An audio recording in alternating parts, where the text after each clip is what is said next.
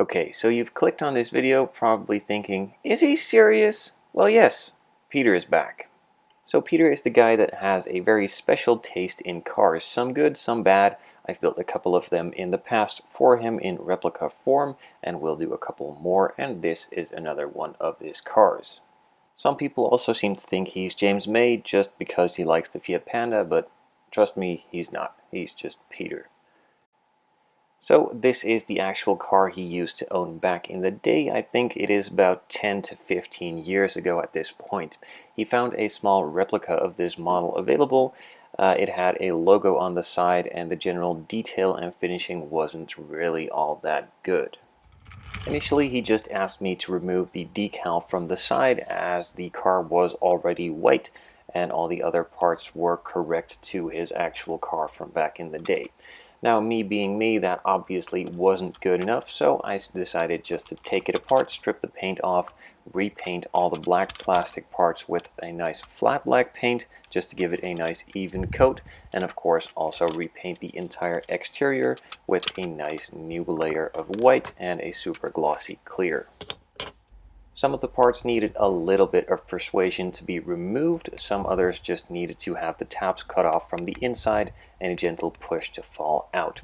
In general, this is the same procedure for every single die-cast rebuild. Just simply take it apart, take your time, look for hidden screws or hidden tabs that are molten on the inside. Just remove it all carefully and press it out.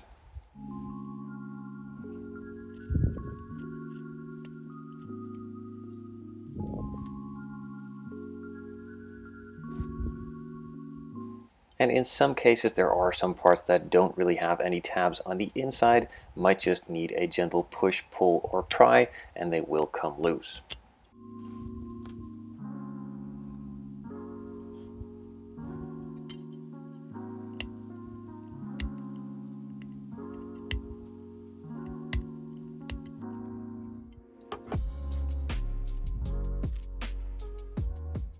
This specific model has been available in various different colors and various different iterations as far as the interior goes as well, so I think they just went a general route to add a back seat in all of the scale models of this one, and I just needed to remove it. Thought it was completely molded into the floor pan. It simply was stuck there, so removing it would have been easier, but I decided to cut it anyway. Once that was said and done, all of the parts have been removed and I can start stripping the paint off. I'm just putting it inside a plastic bag and using some very old and very used paint stripper from Zero Paints. Once that stage had been completed, I removed it, washed it off, cleaned off all of the excess paint, sanded it down with a 400 grit, and applied some primer on both the in and outside from a spray can of Tamiya surface primer.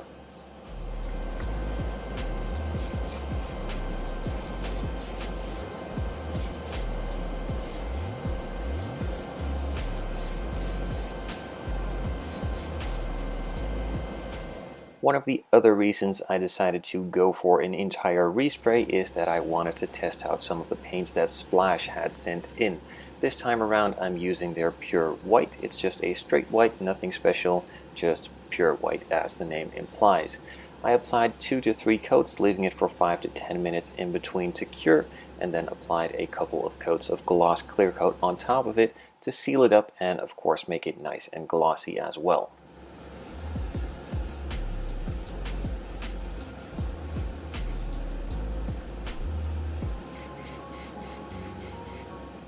The clear coat has been applied and I could set the body aside to cure for a couple of days, and in the meantime quickly move on to all of the other parts which already were black plastic but a little bit faded and not that good looking, so I sanded them down lightly, added a light coat of gray primer, and then painted everything in a flat black from Tamiya lacquer paints.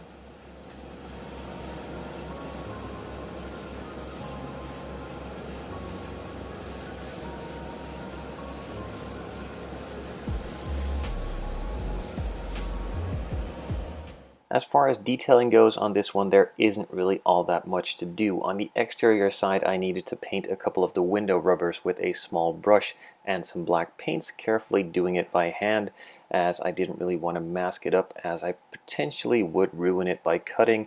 But in the end, maybe I could have done it, maybe I couldn't. But just doing it with a brush to brush up those skills isn't really a bad thing.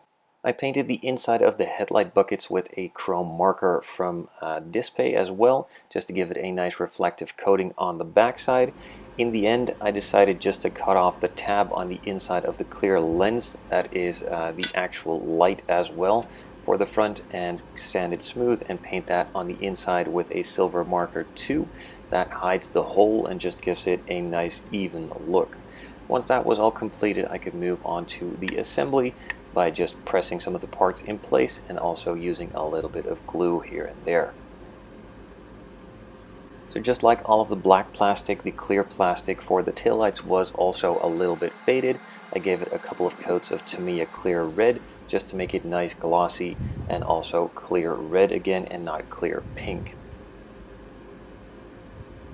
With the final parts on the exterior now all installed, the entire interior could be put back in as well. Nothing special, just a black interior dashboard, seats and all stuff around. The wheels could then be put in place, and then the struggle started of putting the chassis in. I lost some wheels during this installation, had to reinstall it all, and as you can see, the wheels have also been repainted in a nice silver. Before they were just a base gray plastic and nothing special, and with this silver they look a lot more like the ones on the actual car. Now once the struggle of the chassis has been completed most of the way, I could put the single screw back in, give it another push to actually install the entire chassis, and with that this one is finished. So overall, not really a super special and in detail rebuild, just a couple of nice touches and refinishes have been added to make it look like the actual car and make it a bit better than it came straight out of the box from the manufacturer in 1/43 scale. In the end, I do think it looks a lot better than it was originally. In detail, it looks pretty much the same, as all of the details are identical to it before, but just adding a little bit of black and a nice coat of paint did really fix up this model a lot.